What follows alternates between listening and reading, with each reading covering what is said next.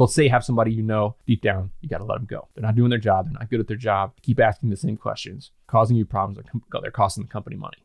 How do you approach it? When I'm letting somebody go, I almost never, ever, ever insult them or talk about the negatives. I'm going to talk about what is definitely a touchy subject and one of the most uncomfortable parts of being a business owner, whether it's in real estate or small business or whatever space, or even being a manager at a company. Everything I say here about entrepreneurship and about management is directly applicable to running a team inside of a business. If you fail to delegate, you'll work way too many hours. If you're not good at managing and delegating and creating other people as extensions of yourself, your income potential will be capped. And that's true whether you're in business or working for somebody. So I hope that if you have a job, you can still take away a lot from this. I want to talk about firing employees. Now, this is one of the super uncomfortable parts of being a business owner and why a lot of people just don't want to be a business owner. I was on the phone about a week ago now with, or actually less, 6 days ago, with a longtime member of our team, not long time, a year. And it was a hard call. Business is slow. The team's not growing.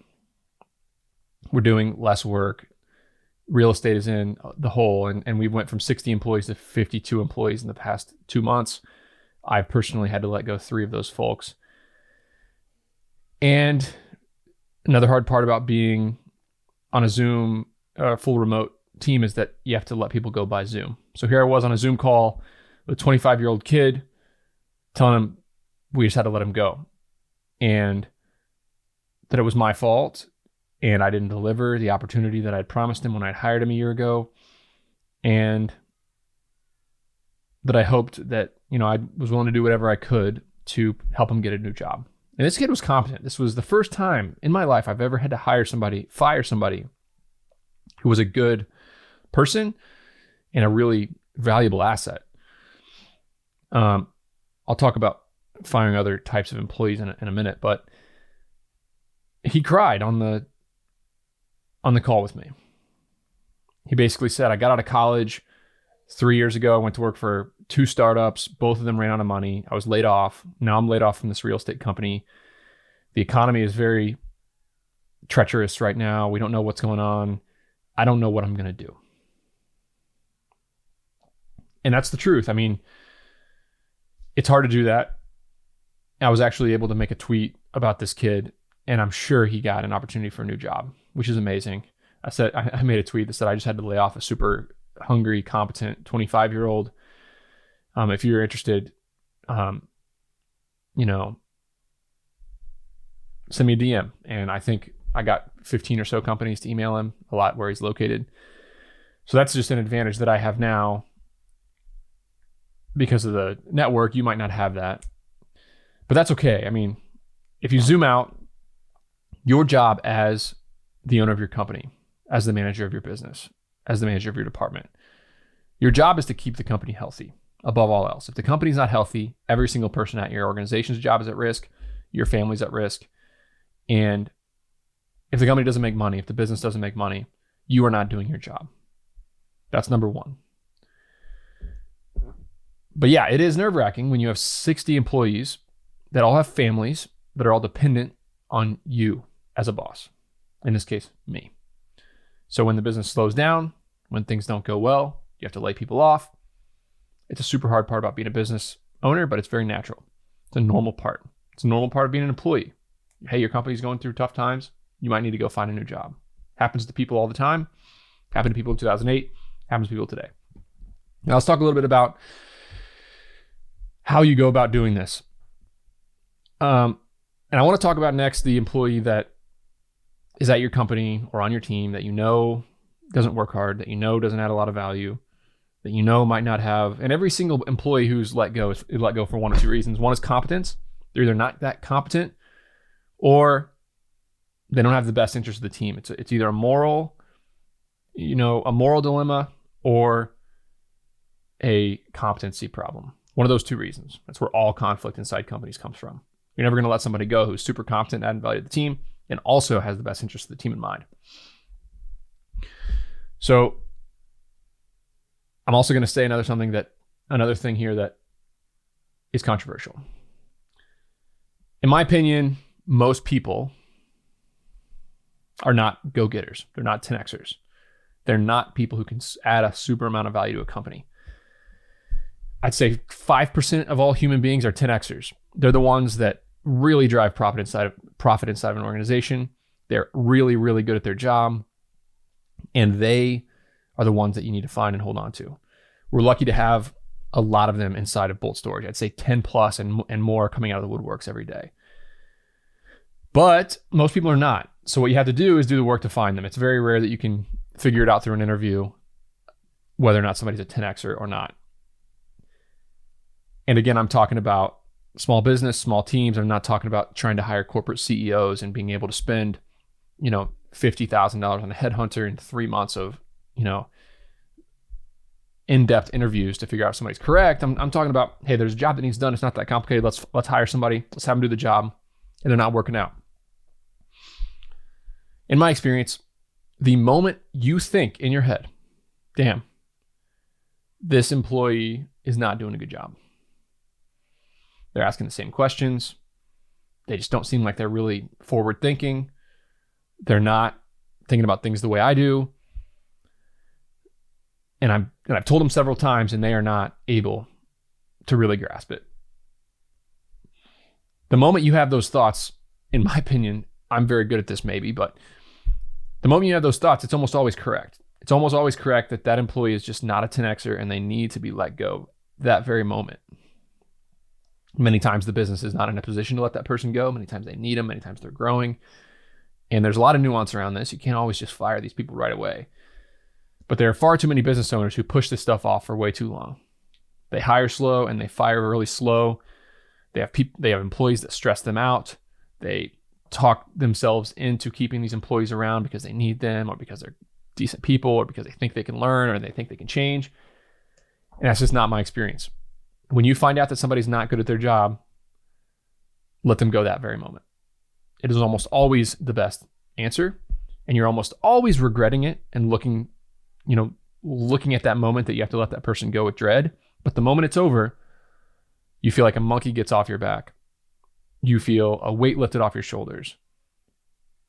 And instantly the culture changes around your office. I want to talk about culture for a second because there's, like I said, a very small percentage of human beings on this earth are 10Xers that are really amazing at what they do. There's nothing that makes a work environment worse than surrounding a 10Xer with a bunch of low caliber employees. People who aren't good at making decisions, people who don't work hard, and people who generally cause problems and stress for those around them. So it's the best thing for you to do for your 10Xers to get rid of these people who are not good. The best way to piss off an A player is to surround them with B and C players. And the best way to drag down an environment in your office culture, or whatever it is, a culture is not beer pong tables, kegerators, or ping pong tables and kegerators in the office and all these fun things. A culture in a company is productivity and competence and just everybody having their shit together. I don't know how to explain it, but when people have their shit together, it's a joy to come to work. You can get a lot done and you can do it really well. So let's say you have somebody deep down, you got to let them go. They're not doing their job. They're not good at their job. They keep asking the same questions. They're causing you problems. They're costing the company money. How do you approach it? When I'm letting somebody go, I almost never, ever, ever insult them or talk about the negatives. Come here, buddy. Come here. Come here. I need something to eat again. You still hungry? Yeah. Okay, well, Daddy's working right now. Okay? Okay. Say hi to Everett. Say hi in here, Everett. Say hi. Hi. Okay. Mommy's not home. She's taking the other baby to work. So go downstairs. Give Daddy 10 minutes, okay? Go watch the show for 10 minutes. Okay? You need to go pee? Go downstairs and go pee. Go downstairs. Go downstairs and go pee. I can tell you need to pee. Okay. So when you go into these meetings, it's almost never wise to talk and tell these people why they're getting fired or what they've done wrong unless they ask you. They know it, you know it, and it's almost always to lead, instead of insulting the person, lead with grace. I have to let you go, and I'm so sorry. I'm the leader of this company. I didn't set you up for success, and I take a lot of the blame for this, and I'm really sorry about what has to happen here. Don't word vomit. Don't talk too much. Don't make excuses. Just do what you need to do and be compassionate with these folks. Do what you can to help them moving forward. Always give them more severance than is comfortable, whether it be 3 weeks, 4 weeks, 6 weeks, whatever it is. And treat them the way that you would want to be treated. If you are getting laid off from a job, whether it's through performance or a bad economic environment, you need a boss that's compassionate and feels for you. And that's the way that I do this every time. I walk in with me as the owner, as the boss of my company, taking the blame for what's happening. And if I need to tell them, of course, that their performance was poor or what happened, you always owe that to an employee if they ask. But many times they know. And just do it. Short, sweet, and do it. Don't delay. Don't procrastinate. Just get it done. You'll grow. You'll learn. The only way that you can get better at this is to actually experience it. It's not an ideal thing to have to go through as a business owner, but don't put it off. Don't delay. Don't push it to next week. Don't push it to next month. Just get it done. Everybody will feel better. You'll feel better. The people on your team will feel better. And I know many times you're so overloaded with work as a business owner that's a ton of stress on you. Every time I let somebody go, it's stress on me as a business owner because I need to fill in for that person. I need to make a new hire. I got to do a bunch of work. Maybe I'm overloaded with work in the first place, as many small business owners are. That's no excuse. You have to do it. You have to make it happen. And you have to do the work to find and replace that person with somebody who can be competent and add value. That's all I got. Juniper Square, the sponsor of this show, recently conducted some research to help you understand what real estate investment managers are doing to build stronger relationships with their investors and earn more referrals to new investors. Their new special report includes data on topics such as what factors are the most important for building investment relationships today, how technology is being used to provide a competitive edge, and the one technology integration that is driving more repeat investors and more referrals. To download this for free, visit junipersquareresearch.com. Again, to get this report for free, visit junipersquareresearch.com. Before you go, we have a new sponsor of the show, recostseg.com. And if you bought a piece of real estate, you need to get a cost segregation study done. It's what allows you to get all that sweet, sweet bonus depreciation, and it's how real estate investors like me and many others pay almost nothing in taxes on an annual basis. You can cost seg a single-family rental, a short-term rental, or a large commercial property. recostseg.com is affordable and aggressive and super fast to turn them around. They've done 10 plus cost segs for me this year. They're going to do many more for me. Visit recostseg.com to learn more.